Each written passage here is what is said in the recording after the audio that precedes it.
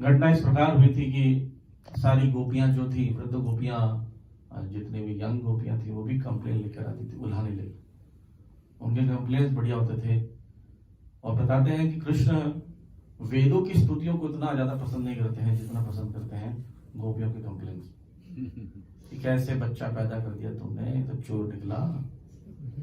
सोचे कोई घर में आके अपने बच्चे को चोर बोले, न बच्चे को अच्छा लगे न माँ को, लेकिन वो दोनों को अच्छा लगता। क्योंकि देखिए कई बार ऐसा होता है, माँ जब अत्यधिक प्रेम करती है बच्चे से और बच्चा शरारत करता है तो माँ खुश भी होती है। हालांकि भौतिक जगत में तो बिगड़ जाते हैं बच्चे और दूसरों को कष्ट देते हैं, पर भगवान आनंद देते थे। तो भगवान को कंप्लेन करने के लिए कई गोपियां आती हैं कि कृष्ण को तुम ठीक से खिलाती नहीं हो क्या, घर घर में छुप छुप कर वो माखन चोरी करता है।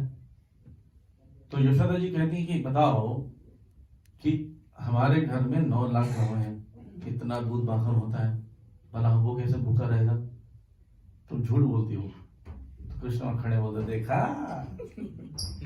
झूठ ना मम्मी हमारे तरफ है यशोदा भैया, बड़े खुश होते। फिर वो बोलती कि फिर तुम अपना माखन छुपाती क्यों नहीं हो, डिफेंड करती है अपने बच्चे को, अपना माखन छुपाओ। बोलती हम तो छुपा के रखती हैं, अंधेरा करती हैं फिर भी, तो अंधेरे में कैसे देख लेता है। बोले तुम इतना गहने पहनाती हो, गहने से रोशनी हो जाती है, उसमें वो देख लेता है। बोले ठीक है गहने उतार दूंगी, तुमको चिंता नहीं होती, गहने उतार देंगे तो ये सुंदर कैसे दिखेंगे। तो बोलती है नहीं नहीं, गहने उतारने से कोई फायदा नहीं है, कि चेहरे से इतनी रोशनी निकलती है, उससे देख लेते हैं। तो चाहती थी कि वो वैसे ही उनका रूप रहे। तो इस प्रकार से वो कंप्लेन तो करने आती थी, पर चाहती थी कि माता के सामने वो थोड़ा भयभीत हो, थोड़ा घबराए, उसको भी सजा दिया जाए तो हम भी देखें कैसा का भाव होता है चेहरे का। कृष्ण के चेहरे में डर नहीं आता था। तो ये सब उनमें मन में इच्छाएं थी।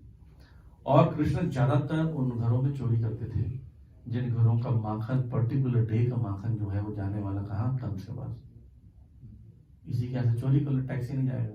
वो चाहते नहीं थे कि गोकुल का या ब्रज का जो माखन है वो मथुरा जाए, इसलिए भी चोरी करते। और कुछ गोपियां तो चाहती थी कि हमारे घर चोरी हो, वो प्लान करता था।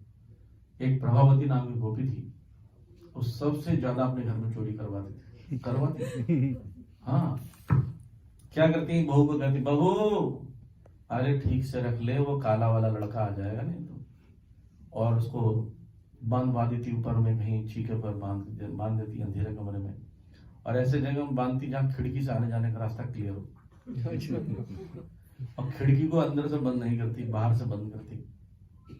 और बहू को बोलती दरवाजे पे बैठा रहना, बहुत बदमाश है।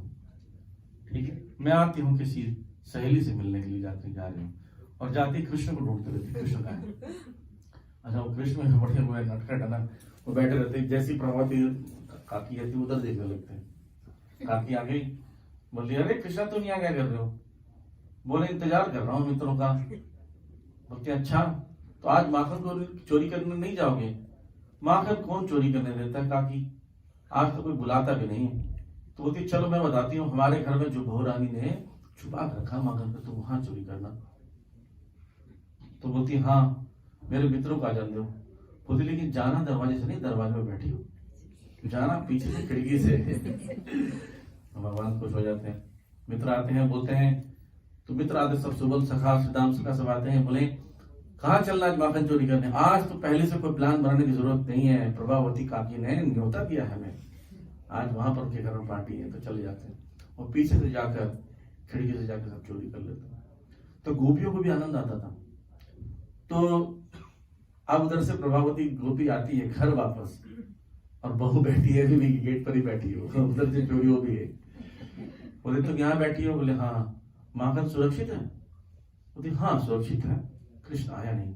अरे बड़ा चालाक है, कहीं खिड़की से ना आ गया हो, चलो देखते हैं। अंदर जाकर सारे गड़े फूटे हुए। अच्छा, कृष्ण सिर्फ खाते नहीं थे, तोड़ते भी बहुत तोड़ते थे। कुछ भी चीज तोड़ देंगे ताकि पता चले एविडेंस हम आए थे। और उसके बाद बोलती सारा माखन चोरी कर लिया। तब उनकी दूसरी सहेली आती, बोलती है कि एक बात बताओ, मैंने तुम्हें न्योता देते हुए देखा था, तुम चोरी क्यों करवाती हो अपने घर में। बोलती जब जब चोरी होती है हमारे घर में इतना दूध होता है, गऊ इतना दूध देती है कुछ। इसलिए तो हम चाहते हैं कि हमारे घर में चोरी हो। इस प्रकार से ब्रज के लोग चाहते थे। तो भगवान जितनी भी कार्यक्रम किए हैं, जितनी भी एक्टिविटीज हैं, अगर आप उसको ध्यान से देखेंगे तो वो सब भक्तों की प्रसन्नता के लिए सचमुच। जितने भी कॉन्ट्राडिक्शन आपको मिलेंगे कि भगवान ने गोपियों के वस्त्र चोरी किए, भगवान ने रण छोड़ा, 16,108 रानी से विवाह किया, कंस अपने मामा को मार दिया, तो ये सब क्या है? ये सब भगवान भक्तों के प्रसन्नता के लिए करते हैं, अपने लिए नहीं। भगवान सुप्रीम इंजॉयर है, अपने धाम में आराम से रहते हैं, उनको कुछ आवश्यकता नहीं हमारी, हमारे ये चपन मुख की आवश्यकता नहीं है। भगवान के धाम में अनंत कोटि लक्ष्मियां निवास करती हैं, उनके चरण दबाती हैं, तरसती हैं भगवान के शरीर में निवास करने के लिए। तो एक चिन्ह के रूप में बाल जो रहता है, सुनहरा बाल के रूप में निवास करती हैं लक्ष्मी जी, जिनके लिए सारा संसार पागल है। इतने दीपक जलाता है, इतने रंगोली बनाता है, इतने गेट खुला रखता है, और धनतेरस के दिन इतना खर्चा करता है कि लक्ष्मी आएगी। नहीं? वो भगवान के शरीर में निवास करती हैं मात्र बाल के रूप में, तरसती हैं। आज भी ब्रज में प्रवेश करने के लिए बेलवन में लक्ष्मी जी तपस्या कर रही हैं कि ब्रज में मुझे स्थान मिल जाए गोपियों के साथ नृत्य करने के लिए। तो भगवान को हमारी चीज की आवश्यकता नहीं है, लेकिन भगवान ब्रजवासियों को आनंद देने के लिए ऐसे लीला करते हैं। कभी कंप्लेंट सुनती है तो उनको लगता है कि शायद मेरा बालक खाने जाता होगा, इसका दोष तो मेरा ही है। यशोदा जी कहती हैं कि शायद मैं उनको ठीक से खिलाती नहीं हूँ, मैं तो ज्यादा अपने घरों में नौकरों पर निर्भर हो गई हूँ। तो ऐसा करती हूँ कि मैं आज अपने हाथों से बनाऊंगी। तो निर्णय लेती हैं, तो पद्मगंधा गाय होती है, पद्मगंधा गाय के पास जो दूध इतना सुगंधित होता है, अगर दूध दूह लिया जाए, बाल्टी में निकाला जाए, तो पूरे ब्रज में सुगंध आता था। वो गाय को क्या खिलाते थे? उसको दूध पिलाते थे। कैसा दूध पिलाते थे?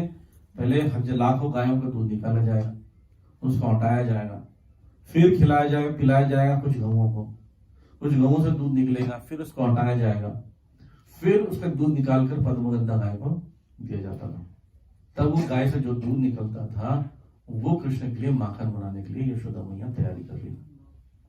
दही जमाया, दही को मटके में रखा और मथने के लिए तैयार। आप ब्रज में जाएंगे ना तो जो घड़ा होता है जिसमें मथते हैं वो इतना बड़ा होता है, मेरे ख्याल से सोफा से यहाँ तक इतना बड़ा होता है, और उसका जो मथनी होती है लकड़ी वो दीवार से लगी रहती है और नीचे तक होती है, उसको मथा जाता है, तो बहुत मेहनत लगता है उसको मथने में।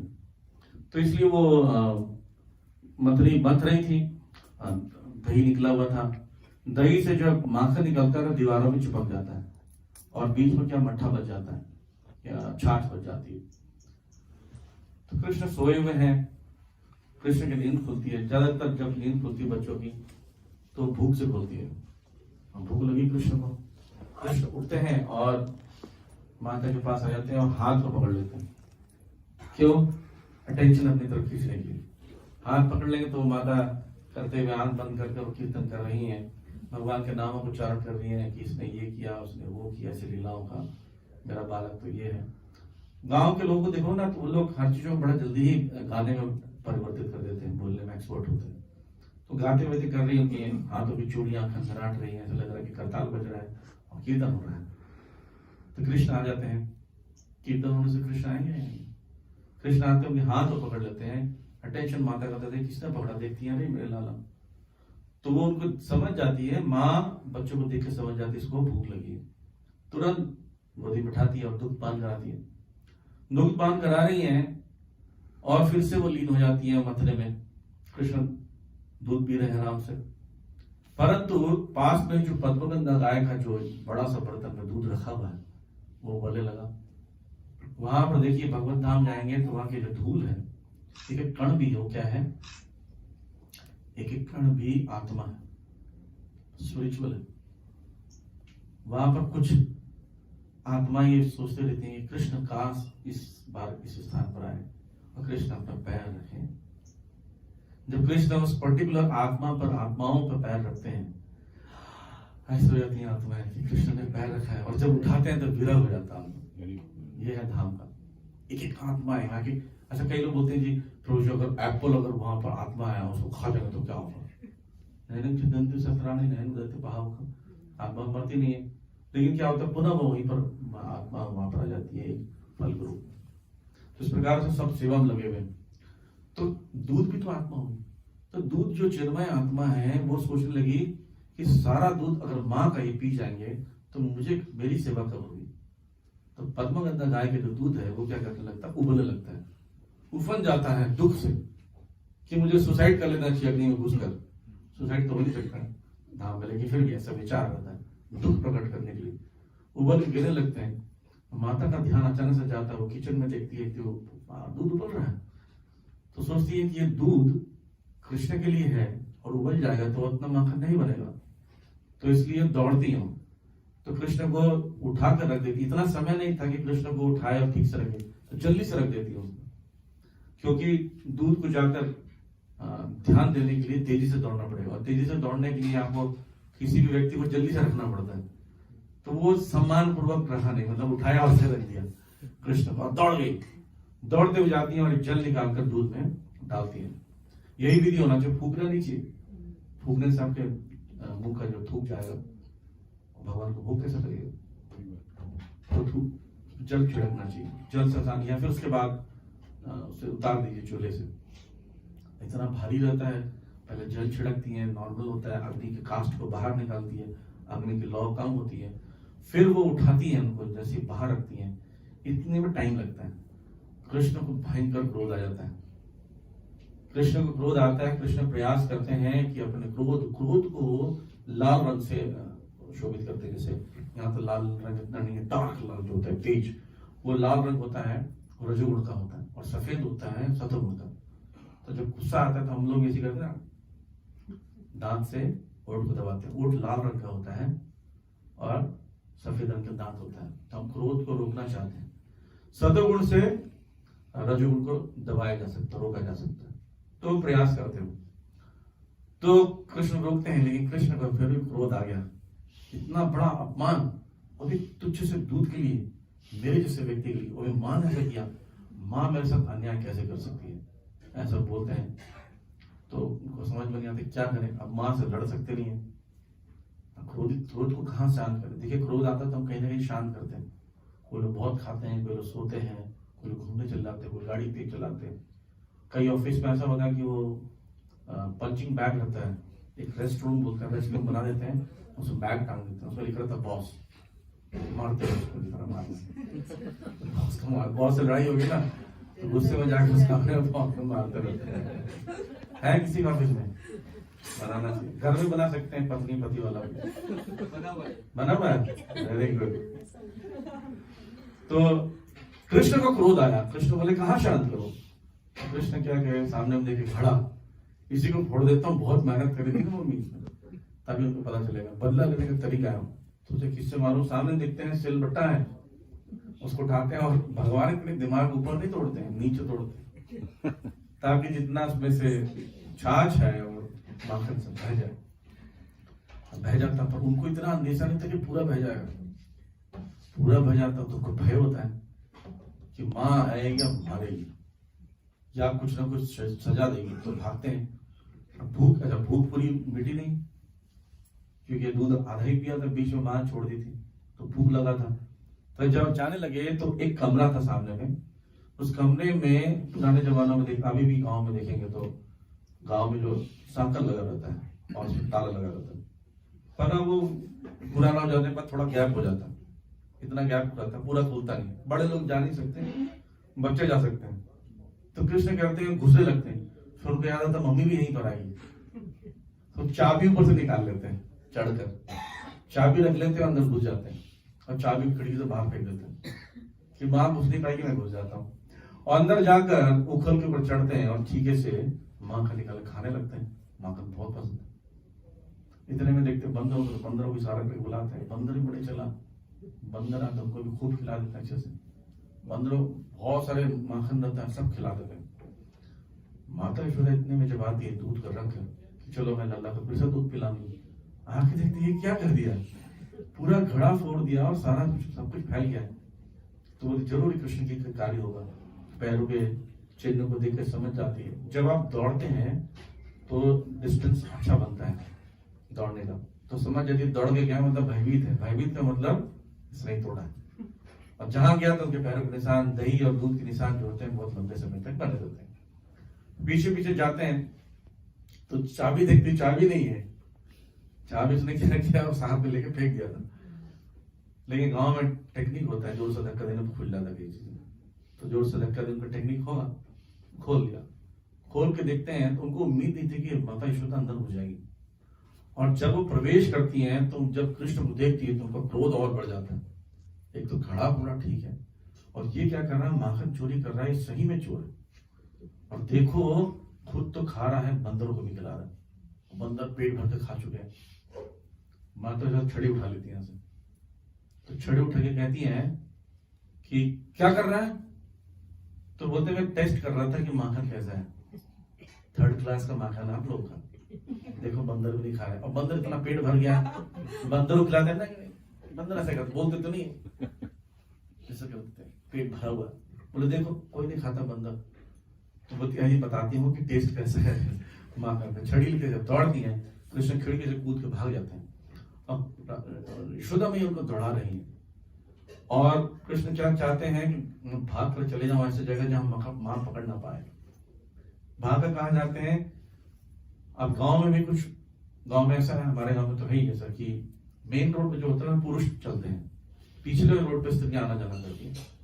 तो उड़ीसा में जाएंगे तो बड़े वाले रोड को दांड कहते हैं, मेन रोड को इसलिए जाएंगे ना, बड़ा दांड कहते हैं। अगर आप जगन्नाथपुरी के रोड पे जाएंगे, ग्रैंड रोड बोलते हैं उसको, बड़ा दांड। और पीछे वाले एरिया को बारी कहते हैं, यानी बैक जो रोड टू रोड होता है। तो कृष्ण सोचते हैं आगे चले जाऊंगा तो पुरुष होंगे, अब माता यशोदा में इतना ध्यान नहीं होगा, वो आगे कैसे आएंगे, इसलिए वहां चले जाता हूँ। लेकिन वो सुबह का समय था, कोई पुरुष नहीं था, सब स्नान करने गए थे। तो वहां भी पकड़ लेती हूँ, आंगन में जाती दौड़ाती हूँ, दौड़ाते हुए घूमते रहते हैं, बच्चा तेज चलता है टेढ़ा मेढ़ा। और यशोदा मैया चल नहीं पा रही है, दौड़ा नहीं पा रही है, थकने लगती है, उनके पसीने आने लगते हैं, थक जाती। तो देखते हैं कृष्ण की मां तब थक चुकी है, तो थोड़ा धीरे हो जाते हैं। और यशोदा मैया को लगता है कि मैं तेज दौड़ने लगी हूँ, और पकड़ लेती हूँ। जब माता यशोदा पकड़ती हैं तो इसमें वो पिक्चर नहीं है, भगवान दौड़ रहे हैं और पीछे भी देख रहे हैं माता यशोदा को कि कहीं पकड़ न ले, पकड़ न ले, पकड़ न ले, ये भाव है। तो बहुत उनके अंदर भय जागृत हो गया, क्योंकि माता के चेहरे में क्रोध है और हाथ में छड़ी है। किसी के हाथ में क्रोध, किसी क्रोध और हाथ में छड़ी हो, उसका मतलब पिटाई पड़ेगी पक्का, तो प्यार तो नहीं करेगा।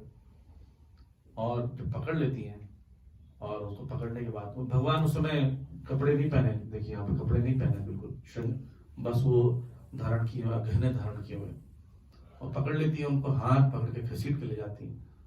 वो बोलती है जिस उखल ने तुझे सहायता की ना, उसी से बांधोगे तुम, और बांध दिए। कृष्ण के चेहरे में जो भय है उसको देखने के बाद उनको कृष्ण ने कह दिया कि मैं जा रहा हूं, तुम मुझे मारोगी ना। और जब दौड़ रहे थे तो बोले तो मुझे मारोगी ना, मैं जा रहा हूं, जंगल भाग जाऊंगा। यशोदा मैया को भय हो गया कि मैं इसको मारने वाली तो थी नहीं, बांधने वाली तो थी नहीं, अभी भागना चाहिए, कैसे भागना जरूरी है जब तक ये शांत ना हो जाए। तो बांधने का जो निर्णय है वो यशोदा मैया ने उनके भागने वाले शब्द से लिया कि भाग जाऊंगा। तो जब तक नंद बाबा नहीं आते तो बांध के रखोगी। और उनको क्या किया, उखल से पहले कमर में एक रस्सी बांधनी चाहिए, तो पहले उखल में बांधा एक रस्सी। देखिए आपको किसी चीज से ऐसे बांध दिया जाए तो आपको बहुत कष्ट होगा, लेकिन मैं इसमें एक रस्सी बांधू और उस रस्सी से एक लंबी रस्सी लेकर बांधू, जैसे पशुओं को बांधते हैं खूंटे से दूर, तो पशु को घूमने की आजादी मिलती है, तो उतना ज्यादा दिक्कत नहीं होती। ये प्लान था। तो उन्होंने उखल पे पहले बांधा। उखल से बांधने के बाद जब उनको बांधने लगी तो वो रस्सी छोटी होने लगी, 2 उंगल छोटी हो जाती। घर की रस्सियों को लेकर आती, आसपास में आवाज लगाती है, शोर शराबा देखकर आसपास की गोपियां भी आ गई।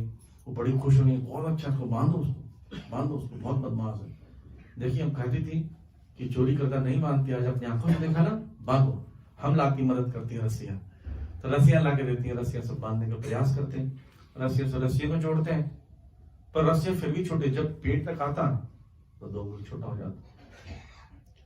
तो कृष्ण ने बांधते बांधते ना लॉजिकल फाइटिंग शुरू कर दिया, कुछ कर नहीं सकते, क्यों बांध रही हो मुझे, बोले तुमने चोरी किया, बोले मैं चोरी, मैं चोर लगता हूँ, हाँ तू चोर है, बोलते हैं कि ये जो माखन किसका है, तो माखन मेरे बाप का है, और अपने बाप को चोरी खाएगा तो चोरी है, आएगी चोरी, मैं चोर नहीं हूँ। भगवान को बोलते हो चोर होंगे ना तुम्हारे खानदान में चढ़ाने लगे, तुम जिस घर से आई वहां चोर होते होंगे, हमारे घर में कोई चोरी नहीं करते, हमारे घर का खाना आप खुद खा। बोलती वो ठीक है चलो मान ली चोरी नहीं गई, तो बंदरों को कोई खिला रहा था। बोले बंदर तो घुस गए थे खाने के लिए, मैं उनसे बचा रहा था। बोले बड़ा बदमाश है तो, ऐसा लॉजिक देता है। बोलते अच्छा तू फिर भागा क्यों, अगर तू चोर नहीं है, बंदरों को नहीं खिलाया तो भागा क्यों। बोली तुम इतनी बड़ी छुरी लेकर दौड़ाओगी तो कोई भी भागेगा। देखो कृष्ण से लॉजिक में कोई जीत नहीं सकता। बोलती वो सब तो ठीक है, तूने खड़ा क्यों फोड़ा, जो बात है ना एक लॉजिक। बोले घड़ा मैंने फोड़ा नहीं, वो अपने आप कब फोड़ गया, भगवान ने कब फोड़ दिया, मैं तो पता नहीं चला। मैं तो वहां से देखा, मैं सोचा मुझ पर दोष ना आ जाए, मैं इस कमरे से चला गया। बोलते ठीक है अब तू बचेगा नहीं, तो बांध देने का प्रयास करती है, तो बांध नहीं पाती है तो अपने बालों से एक रस्सी निकालती है। तो जीव गोस्वामी बताते हैं कि वो जब बालों से निकालती है तब जाके बनती है। तो 2 अंगुल छोटा क्यों पड़ता है कि हमारा प्रयास भगवान के प्रति, भगवान के प्रेम के प्रति प्रयास और भगवान की कृपा, ये दोनों जब तक पूर्ण नहीं होगा तो भगवान हमारे कब्जे में, हमारे नजरों में आने वाले नहीं। बांध देती है, बांधने के बाद निश्चिंत हो जाती है, चलो अभी भागेगा नहीं, मैं अपने बाकी काम कर लूँ। दूध भी रखी थी, दूध का बनाना था, ये गंदा हो गया, सब साफ करना है, तो सब कार्य में जुट जाती हैं और किचन में जाकर कुछ काम करती रहती है। अब कुछ बच्चे देखते रहते हैं बाहर से, आप किसी को सोचो उनके बीच में रोल मॉडल कोई हीरो है कोई, उसको भी बांध दे तो हल्ला हो जाता, बच्चों के पूरे उसमें व्हाट्सएप में मैसेज चला जाता पूरा, कृष्णा को बांध दिया, ये फोटो देखो ओखली में बांध दिया है, फोटो खींच के वायरल हो जाता पूरी तरह, सारे बच्चे पहुंच जाते हैं। कौन जाए, किसने बांधा है पता करना मुश्किल हो, हीरो को भी बांधा हो तो सुपीरियर पर्सन होगा राइट। तो क्या कहें, बलराम को बुलाया, बलराम के पास था, वो उससे भी कितने असुरों को मारा है। जाके बोलते हैं बलराम देखो कृष्ण को किसने बांध दिया।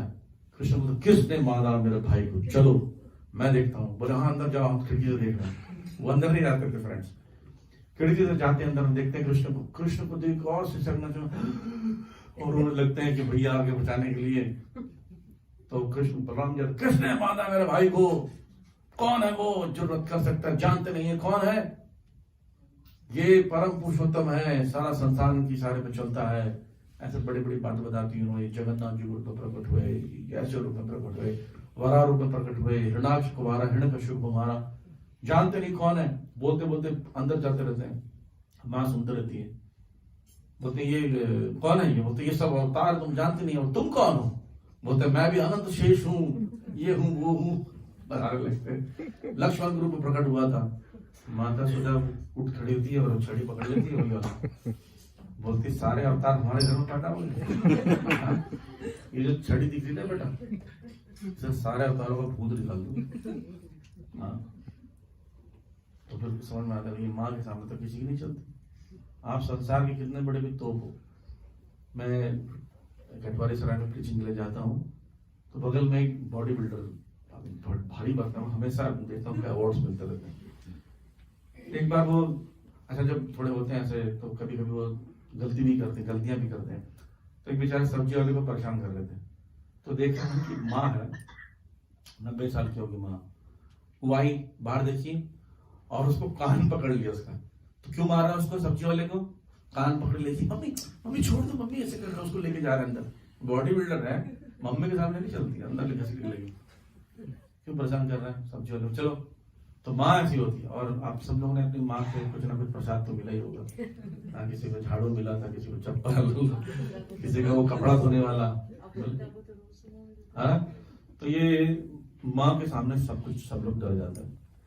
तो डर गए बलराम जी, तो बोले नहीं सही किया माते, तो आपने सही किया इसको, और तो ऐसी करना चाहिए, बड़ा शरारती हो गया, मैं तो मना करता, मानता नहीं था, इतना चोरी करता था, आज इसको सजा देके आपने ठीक किया। उल्टा वो बोलने लगते हैं और पास जाके कान में बोलते हैं, भाई गलत काम मत किया, देख फंस गया ना, पहले भी कहता था। बोलते हैं अब तो तुझे कोई बचा नहीं सकता है, शायद नंद बाबा बचा लें। तो नंद बाबा को बताने के लिए जाते हैं। तो लेकिन इस दौरान एक घटना घटती है, वो छोटा सा बता देते हैं कि भगवान देखते हैं कि मैं तो बंधा हुआ हूं, क्योंकि माता ने बांधा तो वो खोल नहीं सकता, प्यार से बांधा हुआ चीज खोला नहीं जाता है ना। तो वो बोलते हैं मैं इसको खोल नहीं सकता, तो लेकिन मैं बंधे बंधे हुए जो कुछ कर सकता हूँ वो करूंगा। तो क्या करते हैं, आंगन में ही दो यमल अर्जुन वृक्ष रहते हैं। अर्जुन जो वृक्ष हैं वो नलकुबर मणिग्रीव नाम के दो देवता थे, जो कि शराब पीकर पिछले जन्म में अवधुत थे। नारद मुनि जब गुजर रहे थे तो उन्होंने को तब देखा नहीं, शराबी व्यक्ति वैसी पता नहीं चलता क्या हो रहा है, और नारद मुनि की तरफ देख हंसने लगा। नारद मुनि तो नारद मुनि को लगा कैसे ऐसे लोग हैं, तो शराब भी पिए और इतना तेज है, स्त्रियां तो अपने शरीर को ढक लेती, तो ये नग्न थे। तो क्रोधित हुए। नारद मुनि को लगा ये देवता है और गलत कार्य कर रहे हैं, मैं कोई शराब दूंगा और निकृष्ट योनि दे दूंगा तो उनका नुकसान हो जाएगा। तो उन्होंने श्राप किया दिया, जाओ तुम वृक्ष बन जाओ, क्योंकि तुम नग्न हो। इस संसार में जितने लोग कम कपड़े पहनते हैं वो सब लोग अगले जन्म में वृक्ष बनने वाले हैं, तो वृक्ष कपड़े नहीं पहनते और कई लंबे समय तक उसी योनि में रहते हैं, हजारों हजार साल तक गुजर कर रहते हैं। लेकिन उनको दया भी आई, तो उन्होंने कहा लेकिन क्या बनोगे तुम, वृक्ष बनोगे भी तो नंद बाबा के आंगन में। तो देखा जाए तो श्राप नहीं है, वरदान है। हमें ब्रह्मा जी क्या प्रार्थना करते हैं भगवान से कि भगवान मुझे एक घास का तिनका बना देना, ब्रज के अंदर नहीं है, ब्रज की बाउंड्री के जस्ट बगल में, कि काश कोई ग्वाल बाल खेलते खेलते पैर रख जाए मेरे पर, मेरा कल्याण हो जाए। तो ब्रह्मा जी प्रवेश नहीं कर सकते, ब्रज पर रह नहीं सकते। तो ब्रह्मा जी प्रार्थना कर रहे हैं और नलकुबर मणिग्रीव को घर के आंगन में उनको जगह मिल गया और इंतजार कर रहे हैं कृष्ण प्रकट होंगे और उनका दर्शन करूंगा। डेली खेलते हुए देखते थे, कभी कभी उनसे लिपटते होंगे। तो उन्होंने क्या किया, फिर अपने उखल को घसीट घसीट के ले गए। देखिए अब ये वो लॉजिक क्लियर होता है कि अगर उखल से डायरेक्ट बांधे होते तो घसीट नहीं सकते थे, है ना। तो जब वो चलने लगे, अब रेंगते रेंगते चले, तो वो गोल गोल घूमने लगा उखल, और जब बीच में फंसाया और जब खींचा तो वृक्ष बहुत बड़े होते हैं, अर्जुन के वृक्ष धड़ाम गिर गए। और नंद बाबा सब लोग दौड़ते हुए सूचना दी कि आपके घर में बड़ा वृक्ष गिर गया है। बच्चों तो देख ही रहे थे क्या हो रहा था, बच्चों बोलते इसने गिरा, ये कृष्णा ने गिरा। बोलते हैं कि बहुत पागल हो गए बच्चे लोग की बातों में, इतना बड़ा वृक्ष थोड़ी गिरा देगा, वो तो भगवान का बड़ा शुक्र है कि वो बच्चा हमारा बच गया। फिर नंद बाबा खोलते हैं, नंद बाबू का ऐसे लिपट जाते हैं कृष्ण और नंद बाबू लगता पहली बार मेरा बालक मुझसे ऐसा निपट रहा है, जरूर कुछ हुआ मेरे साथ। तो बोले क्या हुआ, और बच्चा कहता है जैसा जब मम्मी ने पिटाई किया होगा, पापा है तो पापा ज्यादा प्यार करते हैं, तो ये यशोदा मैया ने मारा है, किसी ने मारा है, ऐसे करता है। तो रोने लगे। यशोदा मैया को ऐसे चिंता होने लगी कि कृष्ण कहीं मैं से हिटरेट ना आ जाए। कृष्ण आएगा नहीं, पर ये भाव प्रकट करते हैं करुण रस। एक लीलाओं में कई रसों का दान प्रदान होता है। वात्सल्य रस को संमोहित करने के लिए, ज्यादा वर्धन करने के लिए करुण रस डाला जाता है, भाई रस डाला जाता है ना। जब कभी कोई माँ भी ऐसी करती है ना, बच्चे को गायब हो जाती पीछे से, मम्मी चले गई, बहुत छुप जाती है, बच्चा ढूंढे मम्मी कहाँ, तो भय रस रहता, भयानक रस जो होता है वो आता है, और बच्चा रोता तो करुण रस आता है। फिर मम्मी पीछे से हंसती है, हास्य रस आता है। तो 7 जो गौण रस होते हैं, सेकेंडरी रसास हैं, तो प्राइमरी रसा को क्या करते हैं, इनहांस करते हैं। तो इसलिए भगवान ऐसे जानबूझ के रोना सब करते हैं। तो ये रूप जो है भगवान को बांध रही है यशोदा मैया, और ध्यान देखें यशोदा मैया करुण रस में ओतप्रोत हो गई है। कृष्ण की आंखों में आंसू देकर खुद रो रही है और हंस भी रही है अंदर से, कैसे रो रहा है, नौटंकी नखरा कर रहा है। और भगवान अपनी आंखों का से पोछ रहे हैं, आंख काजल जो फैल गया है, बड़ा बड़ा हो गया काजल, कैसे दिख रहे होंगे कृष्ण। और भयभीत है, किसके हाथ में छड़ी तो किसी के हाथ में होता तो बहुत मारता, और बांध दिया मेरे को, जानवर के जैसे मारेगी, वो सोचकर भयभीत है। तो सत्यव्रत मुनि दामोदर अष्टकम कहते हैं, ऐसे भगवान के सौंदर्य को प्रणाम करता हूँ, ऐसे बाल गोपाल को जो माता के हाथ में लाठी को देकर भयभीत है, जिससे भाई भी भयभीत रहता है। नरसिंह भगवान है ना यहाँ पर, नरसिंह भगवान है। तो नरसिंह भगवान बोला जाता है मृत्युम नमामि हम, मृत्यु के लिए भी मृत्यु सदृश है नरसिंह भगवान। और दूसरे तरफ बगल में ये है, भाई भी भयभीत हो तो खुद भयभीत। ये अत्यंत भय वाला रूप है।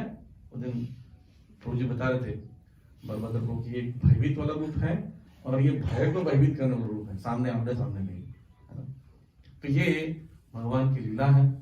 इससे हमें कई शिक्षाएं मिलती है कि कैसे हम भगवान पर डिपेंडेंट रहें और भगवान हम पर डिपेंडेंट हो जाता है अत्यधिक प्रेम के कारण। तो इस महीने में हमें इस लीला को चर्चा करना चाहिए, दूसरों को बताना चाहिए। दामोदर लीला कहते हैं, दामोदर लीला दूसरों को सुनाते हैं तो मृत्यु का भय समाप्त हो जाता है। तो एक दूसरे को सुनाना भी चाहिए और सुनना भी चाहिए। श्रुति फल इसका है, कथा फल तो है ही, श्रुति फल भी है। सुनने से भय से आपको मुक्ति प्राप्त हो जाती है। दामोदर लीला की श्रील प्रभुपाद की। कोई प्रश्न है आप लोग का? फिर हम दामोदर अष्टकम छाए हैं। तो बोलते माता मैंने कभी गाय को तो देखा नहीं, गाय के पैर में चप्पल है तो मैं क्यों पहनूं? तो कहते हैं कि अच्छा चलिए बेटा छतरी तो लेके जाओ। तो कहते हैं माता गऊ को मैंने कभी छतरी ले जाते नहीं देखा। जब गऊ के पास छतरी नहीं है, गऊ के पास चप्पल नहीं है, तो मैं क्यों धारण करूं? तो उन्होंने उस दिन से त्याग दिया। उस दिन से भगवान ने ब्रज में कभी चप्पल नहीं, पहले भी नहीं पहनते थे और जब पहनने का समय आया तब भी पहनना त्याग दिया और छतरी भी नहीं। तो भगवान को इतने प्रिय है गौ। तब जब भगवान तैयार हुए, भगवान को श्रृंगार किया गया, जो एक गोप का श्रृंगार होता है।